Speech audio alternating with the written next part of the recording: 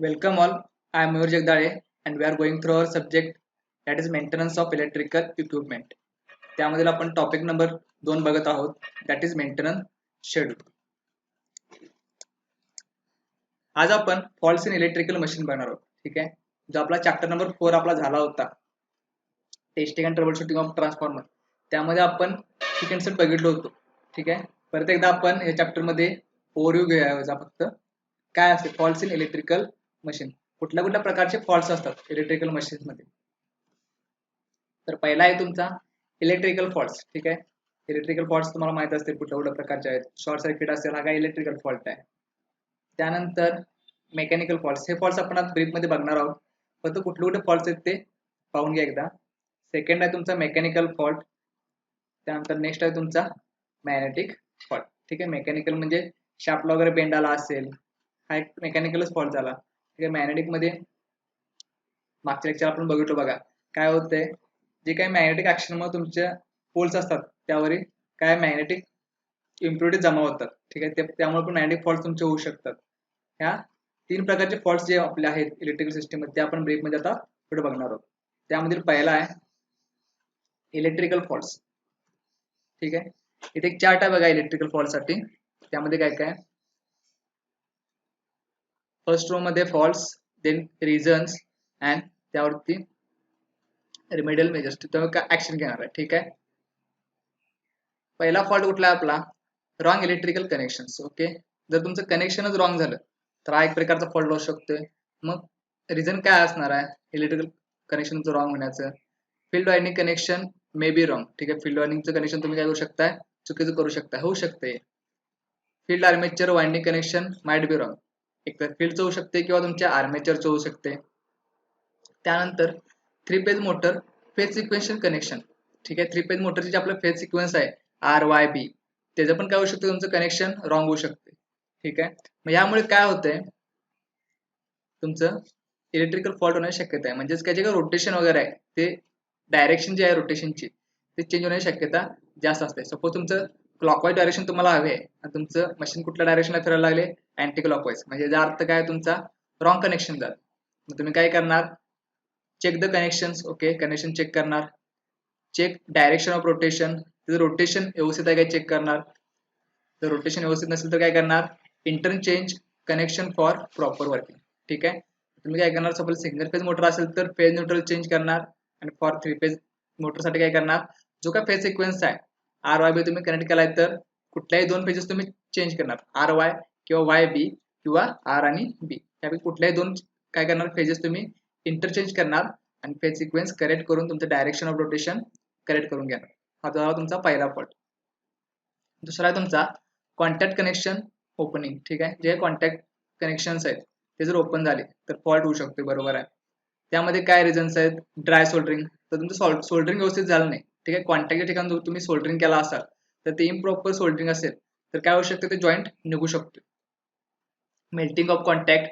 ठीक आहे. हिटिंग होऊन काय होऊ शकतं तुमचा कॉन्टॅक्ट मेल्ट होऊ शकतोय. Break due to opening of soldering. ठीक आहे. आणि ती जर सोल्डरिंग तुमचं वीक झालं तर काय होऊ शकतं ते ब्रेक होऊन तुमचं कनेक्शन ओपन होऊ शकतात. तुम्ही काय करणार त्यावरती रिसोल्डर द जॉईंट्स किंवा clean the contact. Dry solder joints be opened or again to be joint. ठीक आहे. जिथं सोल्डरिंग निघले किंवा तुम्हाला क्रॅक वगैरे दिसतात सोल्डरिंग मध्ये तिथं परत प्रॉपर सोल्डरिंग करून घेणार. जर जॉईंट्स निघले असतील तर परत ते सोल्डरिंग करून घेणार आणि हे फॉल्ट तुम्ही मिनिमाइज करणार. नेक्स्ट आहे तुमचं डॅमेज इन्सुलेशन. कशामुळे शकते इन्सुलेशन डॅमेज तुमचं ओव्हर व्होल्टेज स्ट्रेसेस असो लॉंग रनिंग असो मोटरची ओव्हरलोडिंग झाली असेल मोटर तर इंटरप्ट मेजर. ठीक आहे. जर तुम्ही ओव्हरलोड केला तर काय होणार आहे हीट वाढणार आहे. हीट कशामुळे वाढणार ओव्हर करंटमुळे. करंट जास्त चाललाय त्यामुळे हीट वाढणार. हीट वाढली म्हणजे इन्सुलेशन तुमचं काय होणार डॅमेज होणार. ठीक आहे. इन्सुलेशन काय होणार तुमचं वीक होणार आणि परत ते डॅमेज होणार. मग काय करणार त्यासाठी ड्राय इन्सुलेशन. इन्सुलेशन ड्राईंग करणार. चेक व्होल्टेज रिड्यूस व्होल्टेज करा रिड्यूस लोड करा. व्होल्टेज चेक करा आणि तुमचा लोड काय तो ओव्हरलोड आहे तो रिड्यूस करा. Stop machine intermittently for some time. ठीक आहे. शॉर्ट पिरियड साठी तुम्ही रन करा. जर तुमचं ओव्हरलोड असेल ठीक आहे पण काय करा शॉर्ट पिरियड साठी ते स्विचिंग करा ऑन ऑफ करा. ठीक आहे. स्विचिंग साठी तुम्ही स्टार डेल्टा वापरू शकता स्टार्टर. जर तुम्ही काय केला तुमचा जर ड्युअल स्टार्टर असेल तर तुम्ही यामध्ये स्विचिंग करू शकत नाही, त्यामुळे तो पण एक फॉल्ट क्रिएट होऊ शकतो. त्या ठिकाणी स्टार डेल्टा वापरा आणि तुम्ही स्विचिंग करा. नेक्स्ट आहे तुमचा कम्युटेटर डार्कनिंग किंवा बर्निंग. कम्युटेटर डार्क झालाय किंवा बर्न झालाय कशामुळे? Due to dust. ठीक आहे, त्यामुळे होऊ शकतोय. Offering low resistance path to the flow of current from positive brush to negative brush. Positive brush पासून निगेटिव्ह पाथ ब्रश कडे जायला त्याला काय व्हायलाय? लो रेजिस्टन्स पाथ प्रोव्हाइड व्हायलाय, त्यामुळे जास्त करंट तुमचा फ्लो होणार आहे. त्यामुळे काय होऊ शकतं? तुमचा कम्युटेटर आहे तो बर्न होऊ शकतोय. ठीक आहे, त्यानंतर काय करणार त्यावर remedies? Clean the commutator. Okay, adjust the and check brush tension, replace shape, less brushes. ठीक आहे, जे काय ब्रश तुमचं काय होणार आहे, एक थ्राईव्ह केल्यानंतर काय होणार, तर शेप कमी होत जाणार आहे बघा. ठीक आहे, ते घासल्यामुळे काय होणार आहे, शेप त्याचा कमी होत जाणार आहे. त्यामुळे तसं असेल तर ब्रशेस काय करा, ते रिप्लेस करून टाका. हे झाले आपले इलेक्ट्रिकल फॉल्ट्स. ह्याच्या अगोदर मी जे काय आपल्याला ट्रबल शूटिंग आणि टेस्टिंग ऑफ ट्रान्सफॉर्मर होता त्यामध्ये तुम्हाला यामध्ये हे जे फॉल्ट्स आहेत ते सांगितलं आहे. फक्त एक थोडक्यात रिव्ह्यू बघा काय नेमकं असते फॉल्ट्स. दोन्हीकडे सेमच आहेत, जे आपल्या मशीनमध्ये फॉल्ट होणार आहे ते सेमच असणार आहे, ट्रान्सफॉर्मर मध्ये असो तुमच्या मोटर्स मध्ये असो. ठीक आहे, तर मेकॅनिकल फॉल्ट्स कुठले कुठले आहेत? पहिला बेंड शेप. ठीक आहे, रिझन काय? Drawback in shaft coupling machine due to machine to load shaft. Okay, drawback in shaft coupling machine to machine or machine to load shaft. machine to machine मध्ये काय तुमचं ड्रॉबॅक आहे shaft coupling मध्ये. ठीक आहे, concentrating coupling. Coupling मध्ये तुमचं concentrating व्यवस्थित झालं नसेल तर very high fitting of nuts and bolts having no flexibility. जर टाइटनिंग एकदम केला आणि फ्लेक्झिबिलिटी नसेल तर तुमचा बेंड होण्याची शक्यता आहे. Wrong and crowded storage of machine one over other. एकावर एक तुम्ही काय केलाय ठेवला, 100% काय होणार, मेकॅनिकल प्रेशरहून तो डॅमेज होण्याची शक्यता जास्त आहे. Damage in transport. ज्यावेळी तुम्ही ट्रान्सपोर्ट करत असताय त्यावेळी proper care should be taken ज्यावेळी तुम्ही काय करता ट्रान्सपोर्ट. कारण ट्रान्सपोर्ट मध्ये कसं आहे, त्या जे काही बॉक्सेस आहेत त्याच्या आतमध्ये कुठलं मटेरियल असतं हे त्यातल्या पर्सनला माहीत नसते. ठीक आहे, त्यामुळे तो कसंही तो टाकत असतो, त्यामुळे ते तिथं केअर आपण घेतली पाहिजे. जर तुम्ही उचलून कसंही कुठं पण टाकला तर काय होऊ शकतं, डॅमेज होण्याची शक्यता जास्त असते. Due care during storage. बरोबर आहे, स्टोरेजच्या ठिकाणी तुम्ही केअर घेणार स्टोरेज करताना. Transportation must be taken care. आणि कुठे घेणार, ट्रान्सपोर्टेशनच्या वेळेला. ठीक आहे, प्रॉपर इन्स्ट्रक्शन देणार त्या ह्याच्यात काय आहे त्याप्रमाणे तुम्ही ते फॉलो करणार. Loosening properly the nut bolt fitting. ठीक आहे, जे तुम्हाला बेंटिंग आवश्यक आहे किंवा फ्लेक्झिबिलिटी पाहिजे आहे त्या ठिकाणी थोडंसं काय करा, नटबोल्ट जास्त टाईट करू नका. ठीक आहे, थोडं लूज ठेवा. Due to alignment of coupling and adjust nut bolts by moving it till feel free movement of two coupled shaft. ठीक आहे, कपलिंगच्या वेळेला काय करा, नटबोल्ट ढिल्लं करा, तुमचं मुवमेंट करून घ्या आणि परत ते व्यवस्थित टाईट करा. Sparking between commutator. Second fault आहे तुमचा. And brushes. Brushes may not be touching to commutator, त्यामुळे होऊ शकतोय. सरफेस. ठीक आहे, brushes may not be touching to commutator surface perfectly, त्यामुळे तुमचा होऊ शकतो स्पार्किंग येऊ शकते ब्रशेसमुळे. Adjust brush pressure of spring. काय करा, ब्रश प्रेशर त्याची ऍडजस्ट करा. जे काय वॉर्न आउट ब्रशेस आहेत ते काय करा, रिप्लेस करा. आणि proper shape may be given to the brush by grinding. Proper shape द्या त्याला, जेणेकरून ते काय स्पार्किंग काय रिड्यूस होईल.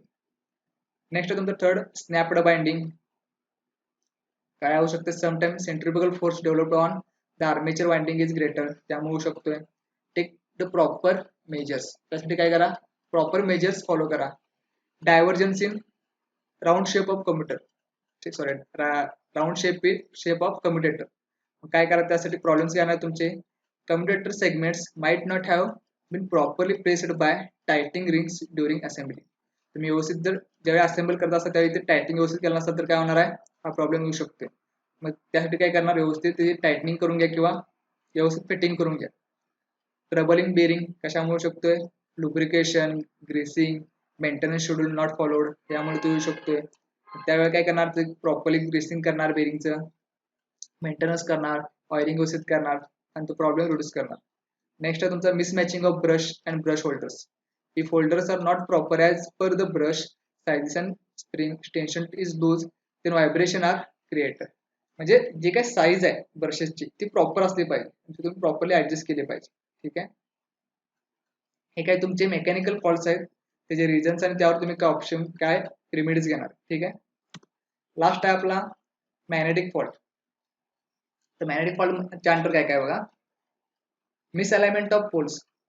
पोलचे अलाइनमेंट तुमचे व्यवस्थित झालं नाही तर ऑब्विसली मॅग्नेटिक फॉल्ट क्रिएट होणार तिथं due to mechanical injuries blows wrong storage of machine sometimes distance between pole is disturb त्यामुळे कोण होऊ शकतोय काय करणार remedies necessary alignment should be done proper इथे काय केलं पाहिजे अलाइनमेंट त्याची झाली पाहिजे nut bolt fitting should be proper केली पाहिजे सेकंड पॉईंट तुमचा लूज पोल्स जर काय होणार आहे due to excessive vibration created by abnormal speed loose foundation fitting the pole becomes with respect to a yoke this disturbs flux distribution एक simple fact आहे जर तुमचे पोल काय असतील लूज असतील जे काय फ्लक्सचं डिस्ट्रीब्युशन होणार ते प्रॉपरली होणार ठीक आहे व्हायब्रेशनमुळे काय होणार आहे ते फ्लक्स पण काय होणार आहे व्हायब्रेट होणार त्यामुळे फ्लक्स डिस्ट्रीब्युशन जर व्यवस्थित नाही झालं तर तुमचं प्रॉपर ऑपरेशन होणार नाही जे काय ऑपरेशन आहे ते आपलं सगळं मॅग्नेटिक फ्लक्सवर डिपेंड आहे त्यामुळे पोल्स काय केलं पाहिजे आपण प्रॉपरली टाईट केलं पाहिजे आणि फिक्स केलं पाहिजे ठीक आहे नेक्स्ट आहे तुमचं non uniform air gap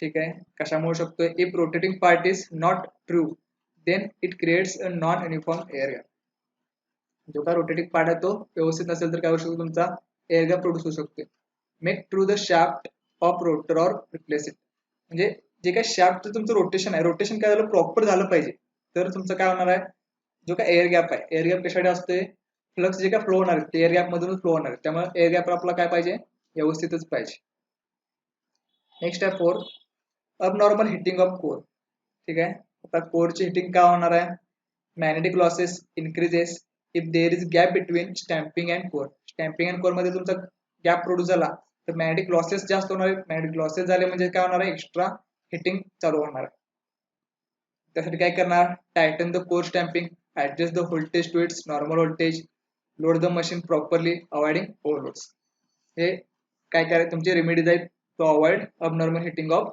core ठीक आहे हे काय झाले आपले मॅग्नेटिक फॉल्ट्स सिंपल आहेत फॉल्ट्स थोडे काही डिफिकल्ट नाहीत फक्त चार्ट लक्षात ठेवा हवं तर स्क्रीनशॉट करून घ्यायचं फॉल्ट्स कुठले आहेत रिझन काय त्यावर तुम्ही रेमेडीज काय करणार ठीक आहे थँक्यू